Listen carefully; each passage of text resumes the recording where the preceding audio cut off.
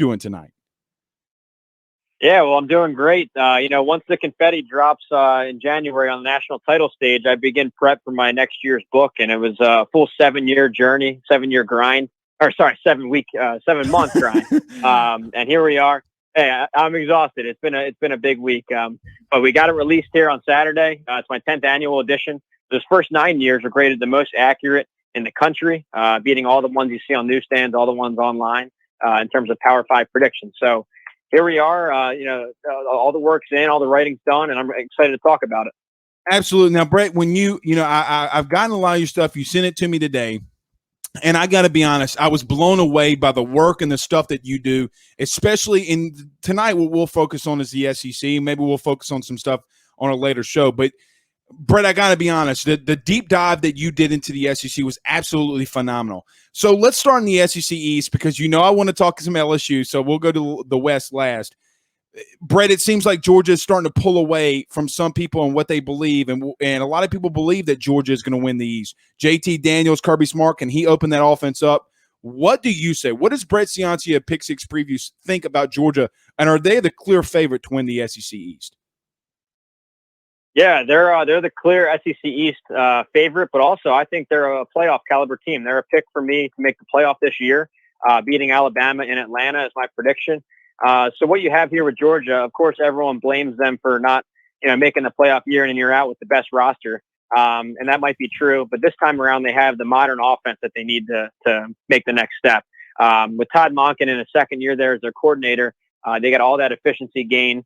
And you get JT Daniels back after a great close to the season. Remember, people forget he wasn't the starter the first half of the year. They struggled out of the gates with no preseason to install this scheme. Once he took over midway through the year, they played incredible offensive football. They're going to always have the defense to pair with it. I think they're a complete team, 5 stars everywhere, the number 1 recruiting roster in America. And I think that they now have the offensive scheme to convert it to a playoff.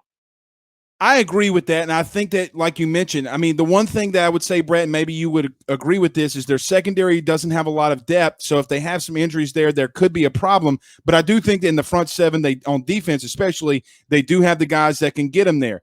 JT Daniels is interesting, and can this offense open up? Brett, the question, though, is since we do believe that Georgia is the top of the SEC East, I mean, can a Florida compete with them? Can Kentucky or Missouri with Connor Bazelak and Eli Drinkwitz? Are they that far ahead and separating themselves, or do you think Georgia could slip up in the regular season in the SEC and find one of these teams beating them when they're not supposed to? Well, with Georgia, of course, they open with Clemson, so that's a heavyweight bout right away. I mean, that's almost a coin flip game, quite honestly, maybe a 60-40. So that'll be tough right out of the gates. The SEC, like we saw last year, it's a gauntlet. I mean, there's no easy week. So yeah, they might trip up somewhere and still make it in as a 1-loss conference champ. But have they separated from Florida? I think so. With Florida to close that gap or to win the East again to defend their title, they need 2 big things to happen. One is a big offensive reload. They got to reload from their, obviously, Kyle Trask, Pitts, and Tony. A lot of first-round firepower there. So they need a massive reload on offense. And secondly, they got to revamp that defense. Over the last decade, that was one of the main constants in college football was that Florida would have a top 10 defense, all these draft picks and Florida's speed. It fell flat last year, and it's hard to understand why. There's 5 stars everywhere. Now, the good thing for Todd Grantham is he gets another chance this year, gets all those guys back. So a lot of returning production on defense. So yeah, they need 2 big ifs, an offensive reload and a defensive rebuild. We'll see. Brett, one team that I'm kind of high on, and myself, I always look at sleepers. And one team in the East that I'm looking at, and especially because I think that they have a good quarterback in Connor Bazelak, is Missouri. Do you think that Missouri could be a team in the East that could surprise some people? Missouri, from an SEC standpoint, not necessarily a laughingstock, Brett, because they came to the SEC and they really dominated, getting into the SEC East. Winning the SEC East and get into the title game a couple of times with Chase Daniels. But do you think that Connor Bazelak and Eli Drinkwitz can find a way to find themselves at 2, 3, or 4 at the end of the season in the East? Yeah, so I have Missouri 4th in the East. There's a lot to like there, but also some question marks. When you look at their 5-5 campaign last year, that might look good on paper considering it was a 10-game SEC slate. 5-5, some signature wins in there was nice. But when you dig a little bit deeper, their average margin of victory, when you throw out the Alabama and the Vandy's, the extremes on both sides, the middle 8 games, they only won by 5 points per game. They lost by 25 points per game. So Nice. they screeched by some close wins, got blown out in the others. I think that they were a little bit weaker than that record shows. They ended up only 9th in my game grader formula last year in the SEC. So a more proven commodity to me in the SEC East is Kentucky. What Mark Stoops has built there and continues to build a strong offensive line, one of the nation's best, again, with some potential first rounders. And they landed, of course, you guys know, Rosenthal over there. Right. So they reloaded on their offensive line, a strong defense year in and year out. And if they can even just improve their passing game a little bit, I mean, remember, they have no threat in the pass game the last couple of years. If they can even get that up to speed a little bit, I have Kentucky going third in the SEC East. I can easily see that because, Brett, I think that just up front, they're going to dominate a lot of teams. I mean, look, being a former collegiate O-lineman, I think that they're going to try to get the ball down the field. But, look, if sometimes that doesn't work, they're definitely going to go back to their bread and butter. Brett Ciancia, Pick Six Previews. Pick6previews.com will let you know everywhere that you can get all of his stuff at the end. Brett, we do have a fan question here, and it's from Nookie. He says, #Ask Brett, do you trust Kirby to stick with the new offense, quote unquote, in a tight game, or will he channel his inner Les Miles, as some of these Bayou people are saying? Will he channel his inner Les Miles, and do you think he'll get back to conservative or being conservative?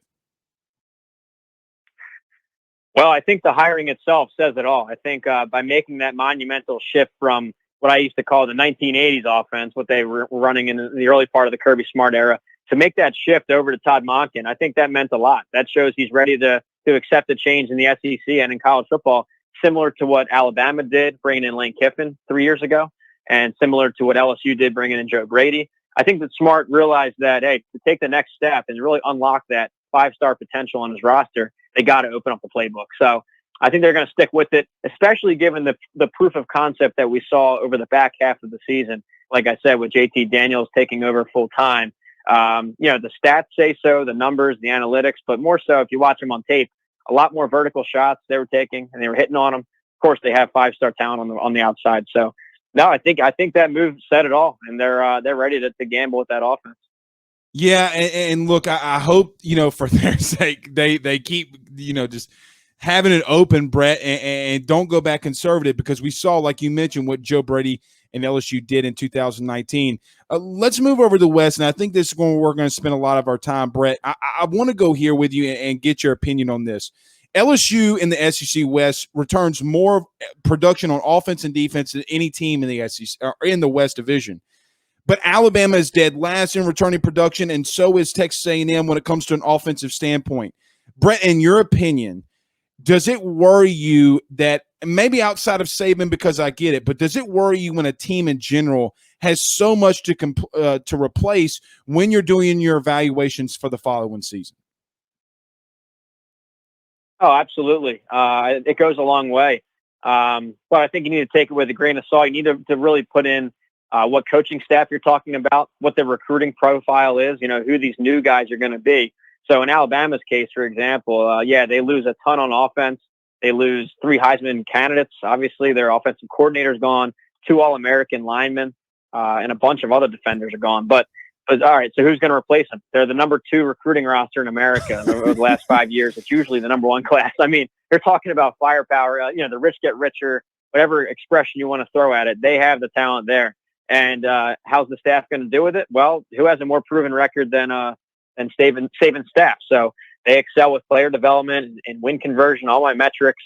You see it on draft day, you see it on signing day. So on that, with that said, that's why I do have Alabama outside the playoff, because there is such a massive reload there. There's a little bit more question marks than usual. I think it's still enough and strong enough to win the division, albeit a very crowded and talented division. I think this is the best division in college football.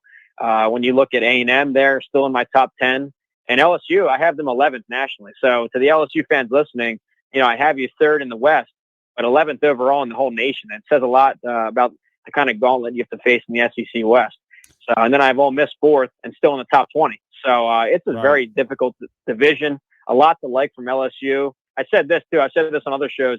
I hope everyone got their jokes in on LSU last year, all their punchlines, all their tweets, because that was the ultimate transition year. It's all going to turn tables now and all pay dividends here in 2021. This team is flying under the radar. Brett, I'm going to agree with you, and we're going to save LSU for last on purpose. Brett, do you think that this is a year that the SEC could get two teams in the playoff? I mean, look, it hasn't been. We've seen it once, but it was Alabama and Georgia, two teams from opposite divisions in the same conference, but opposite divisions. Could we see a scenario, since the SEC West is so just heavy, that we see two of those teams get into the playoff this year?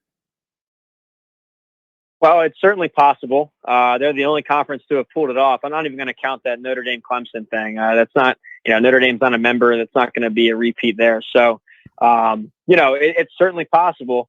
Now, the main issue with this is, do two other Power 5 conferences produce multi-loss teams?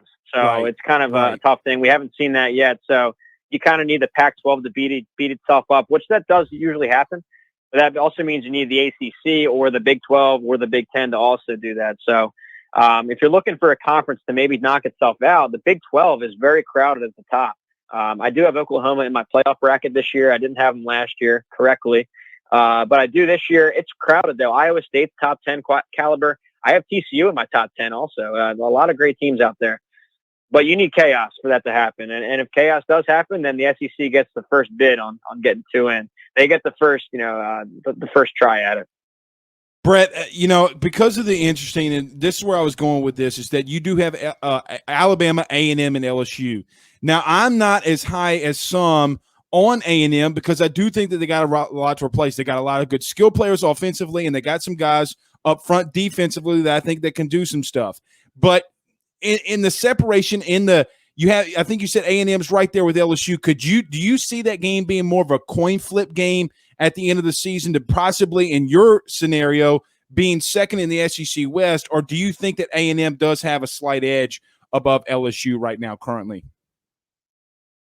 Yeah, I mean, a slight edge just because we saw it happen. We saw it come to fruition last year with their defense. While I think that LSU will make a massive jump on both sides of the ball, with A&M, we know what we have with their defense, and it's a top 10 caliber unit in the country, 9 starters back. A&M, you mentioned their skill, offensive skill positions. They're loaded there, just like LSU is. Really, the question mark is quarterback. They're a quarterback away. If they hit a home run with this Haynes King guy, this new freshman quarterback dual threat, if they hit a homer there, A&M is a possible playoff team. They really are. It's that close. Kellen Mond, he brought stability to the position. Was efficient the whole bit, but he didn't really win them games. If they have a guy that can go win them games with Haynes King, then look out. But I like what we have on the defense. It's proven. Does that LSU game at the end determine second place? We'll see. A lot of it has to do with the cross division where LSU draws Florida. That's a tough one every year in and year out, while A&M gets kind of a scheduled boost by avoiding the top 2 on that side. So. Right. Everything factors in. It is in Death Valley. You do have the huge home field advantage, which, hey, that matters again in 2021. I'm excited. I think it's the most anticipated season in all of our lifetimes, given that, tailgates are back and games are on campus and full again. So, yeah, the Death Valley is going to be rocking there on November 27th. Well, Brett, we'll definitely get you down here, man. If you haven't experienced Death Valley, we're going to, especially at night, Brett. You can't come during the day game when we're hungover, right? Like, we're going to have to get you down here for Death Valley at a night game, 7 o'clock for sure. Brett, now I want to get into LSU because there are some question marks, right? Like Max Johnson, Miles Brennan, they do return a lot of their entire offensive line besides Dare Rosenthal, who you mentioned and what we've mentioned before now at Kentucky. They bring in a whole new staff. They bring in a lot of new, younger coaches. Brett, when you see LSU and you see the production of what they're bringing back, do you think, in your opinion, that they, at the end of the year, you could see them have a big surge and possibly win the West? Or do you think that they're possibly a year away from winning the West again? They're definitely in contention, and no one else is really giving them credit for this.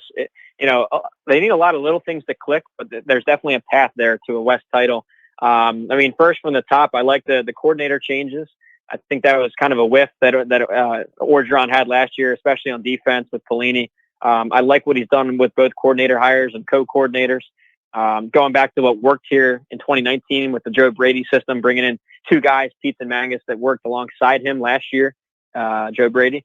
So returning to what worked on defense, Durante Jones, but also with Blake Baker, it's almost like a 2-for-1 package deal. Right. I love what Blake Baker did at Miami. He was a part of those aggressive defenses. They were always number one in my negative play rate, which shows how frequently a team is in the backfield disrupting plays, sacks, tackles for loss. So if they bring that aggressive attitude, there's definitely the players here to do it. A very deep defensive line. I mean, so when I was going through this team in my research, every single position group stood out as being loaded with talent. I mean, there's just so much talent at LSU. It's just ready to click. Returning production is a pretty strong indicator of the next year taking a big step.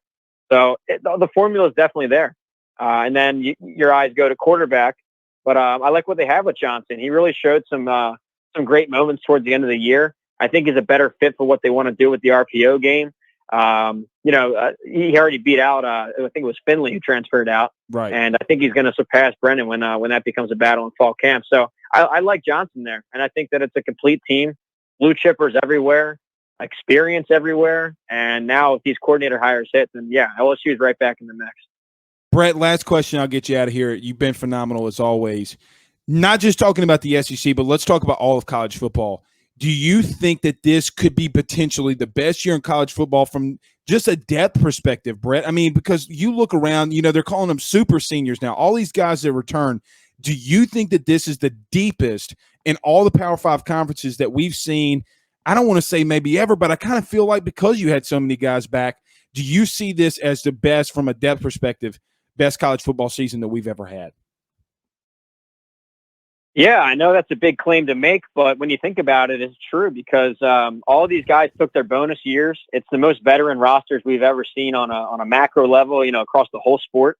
I think Brad Powers put out a tweet looking at the returning starters on offensive lines, where usually only a handful would return all 5 linemen. But Right. this year it was like 30 or 40 teams or something, like so many teams.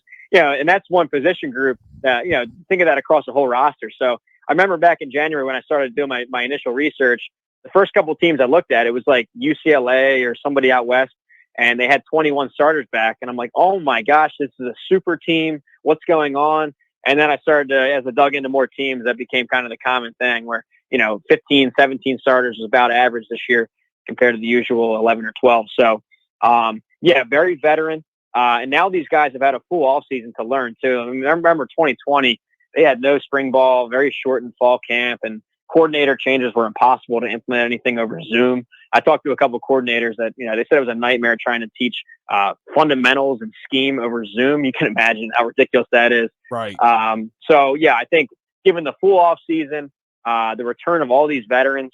Now, the other wild card, though, in this is that it's unprecedented with the transfer portal. The player movement has been out of control. And, as a one-man operation here, you can imagine how many times I had to delete whole paragraphs out of when a guy, changes schools in the last second. So Rosenthal being an example with LSU, I had the whole, Right. all 5 starters back up front, the whole unit's intact, everything. And then he, for whatever reason, off the field. But I think definitely the deepest pool of teams, you're going to see teams that you normally don't contend, like an Iowa State is going to be a solid top 10 team. TCU, Utah's in the mix over there in the Pac-12. I like UNC, the Tar Heels, usually a basketball school, but I like them to come out of the ACC even. So, we're in for the most anticipated year in our lifetime, I think. Brett Ciancia, guys, I'm telling you, you have to go follow him on Twitter, pick6previews.com. Go get all of his content. Brett, tell everybody where they can get all of your great stuff and where they can follow you and everything that you're doing. Yeah, thanks, Blake, again for having me. It's pick6previews.com and at pick6previews on Twitter. And again, it's an annual season preview book, all 66 Power 5 teams. I try and strike the balance between numbers. I have all my analytics there on the page on the left side, but then putting it back into readable terms. So a balance of numbers, film study, of spring games, of calls with coaches, calls with coordinators, program histories, recruiting trends, the whole bit. So I think it's an all-encompassing view on all 66 of these teams. And it's a digital download too. And it allowed me the freedom to get it as up-to-date as possible. While these other ones were on newsstands back in April and May, so much of these rosters have shifted the last month or two, and it's all up to date right now. So it's pick6previews.com. Brett, phenomenal 10th year Pick Six previews. No better place to be and to get all the great content. Brett, thank you so much, my friend. We'll talk again soon. Yeah, thanks, Blake. Keep up the great work, man. We'll talk soon. Thanks, man. That's Brett Ciancia from Pick Six Previews. Guys,